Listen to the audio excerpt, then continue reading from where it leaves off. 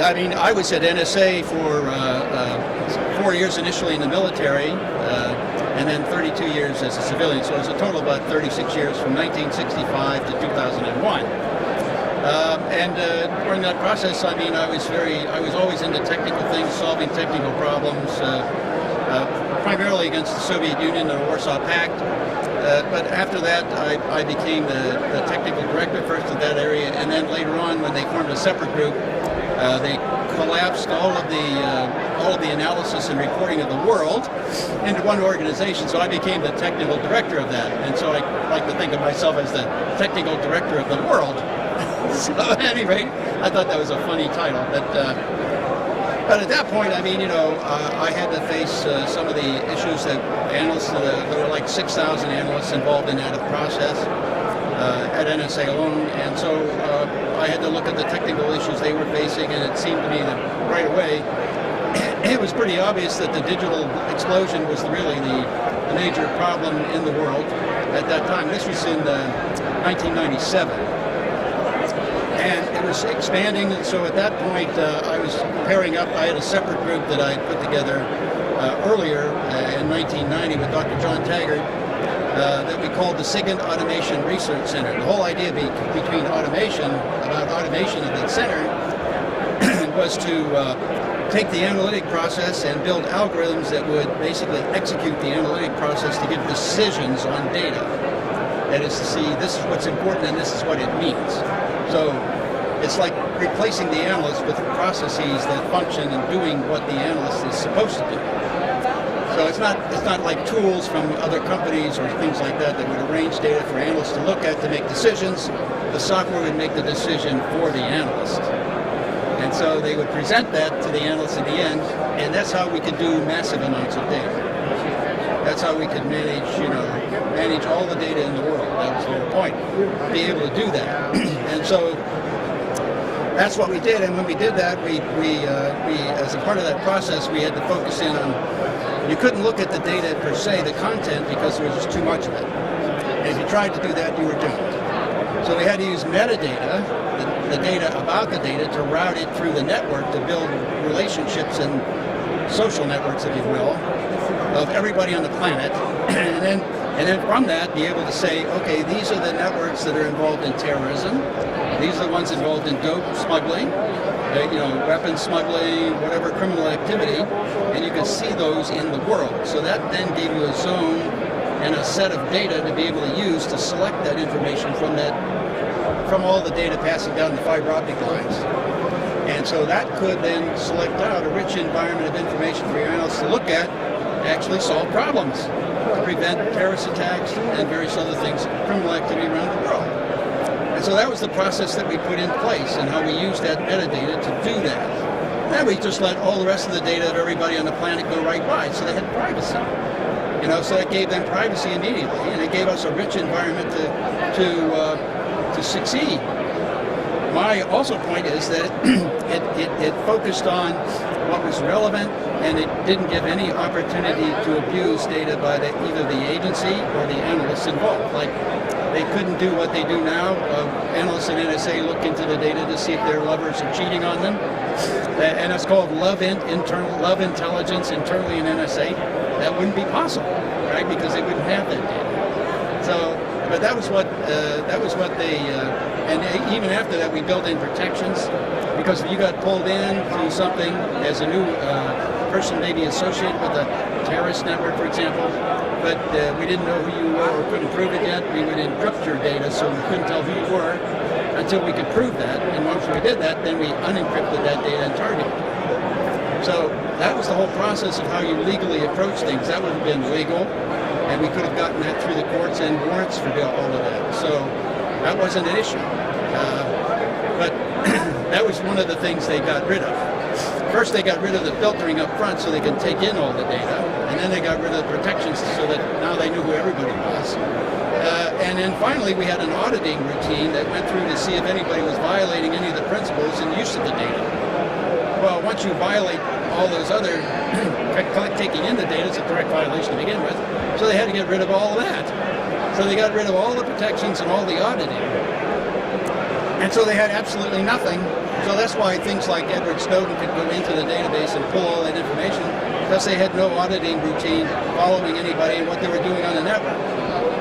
But that was the design we put in place, so that if even Edward Snowden, if he started doing something, we would have picked him out roughly 100 milliseconds after he started doing it. So about a tenth of a second after he started, we would have him. So, but that's what they destroyed, because they wanted the data on everybody on the planet, including U.S. citizens. All this started with U.S. citizens first.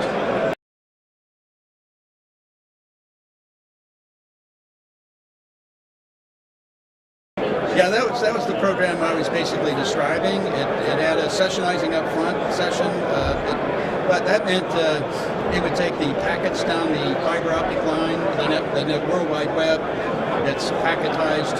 It would reassemble all those packets. Like if you sent an email and it got broken into 50 packets, it would pull the 50 packets back together, then reconstruct the email that you sent. That's called sessionizing.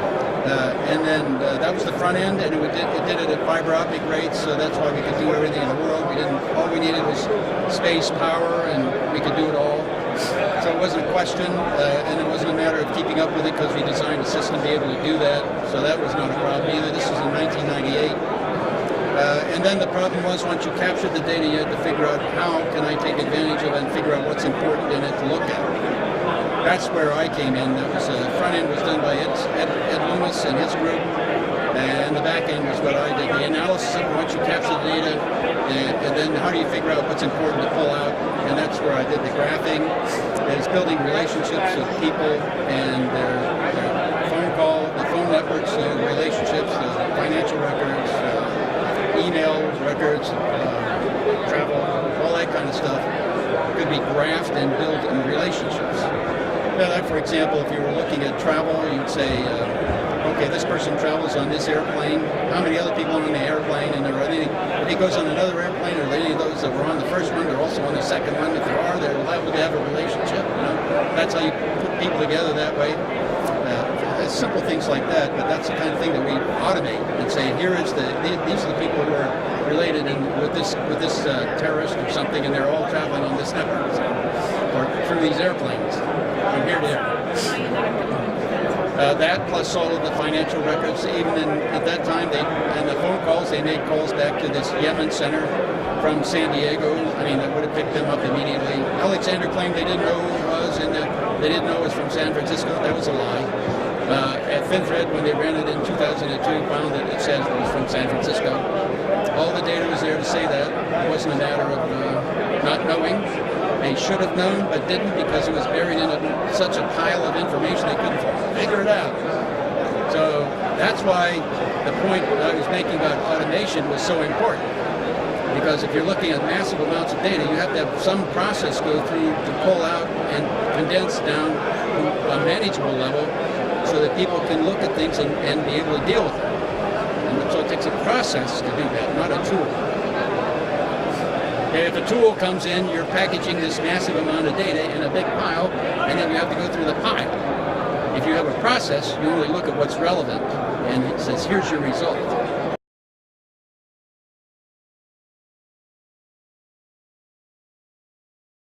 It's about me and my career at NSA, and it actually goes through the process of how use of metadata evolved over time and how it was used in the digital world. So it gives you the understanding of how that whole process works.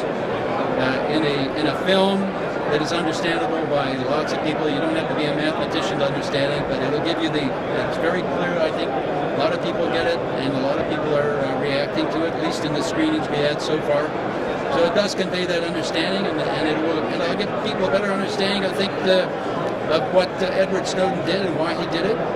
And if you watch the Oliver Stone's movie Snowden, you also see the same kind of thing come out in a more graphic form. I think it's a Hollywood movie that shows and conveys the human aspects of it. So you get all of those aspects in those two films, and give you a greater understanding of why things are the way they are and why they shouldn't be that way.